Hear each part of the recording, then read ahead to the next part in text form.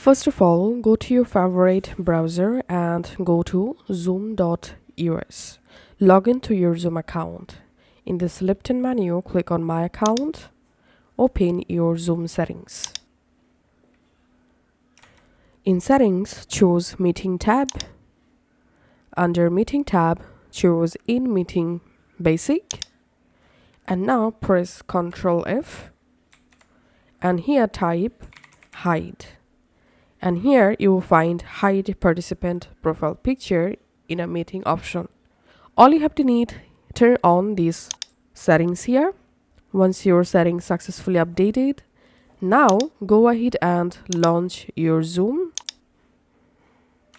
And now I'm just starting a new instant meeting. Now, once you are in your Zoom meeting, click this view option, and here you will find these settings. Hide non-video participants. So just activate these settings. After doing this, only people with cameras on will be visible in your Zoom meeting. Thanks for watching.